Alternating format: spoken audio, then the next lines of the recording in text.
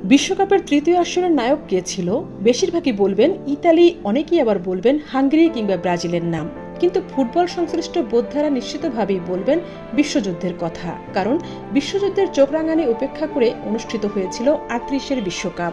Frenchman Julie রিমের স্বপ্নের ফল football বিশ্বকাপ। সেই জুলি রিমের দেশ ফ্রান্সে অনুষ্ঠিত হয়েছিল 1938 সালের বিশ্বকাপ।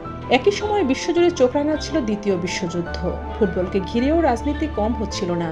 পরস্পর দুই আসর ইউরোপে আয়োজন করায় ক্ষুব্ধ হয়ে অংশ নেয়নি লাতিন আমেরিকার দুই দেশ উরুগুয়ে ও আর্জেন্টিনা, আর গৃহযুদ্ধের কারণে অংশ নিতে পারেনি স্পেন।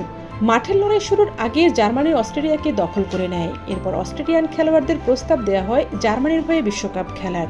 অনেকেই সে প্রস্তাব লুফে নিলেও প্রতিবাদ করেছিলেন সে সময় বিশ্বের সেরা ফুটবলার মাতিয়াস সিন্ডেলার। তিনি সাফ জানিয়ে দেন দখলকারীদের হয়ে তিনি খেলবেন না।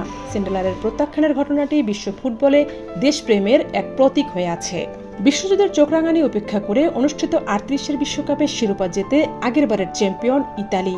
অল ইউরোপ ফাইনালে হাঙ্গেরিকে 4-2 গোলে হারায় আজ্জোরিরা। টানটান উত্তেজনার ম্যাচে জোড়া গোল করেন জিনো ক্লাউসি এবং সিলভিও পিওলা। বিশ্বকাপে সর্বোচ্চ 7 গোল করে গোল্ডেন বুটের সঙ্গে গোল্ডেন বলও জেতেন ব্রাজিলের লিওনার্দো দা সিলভা।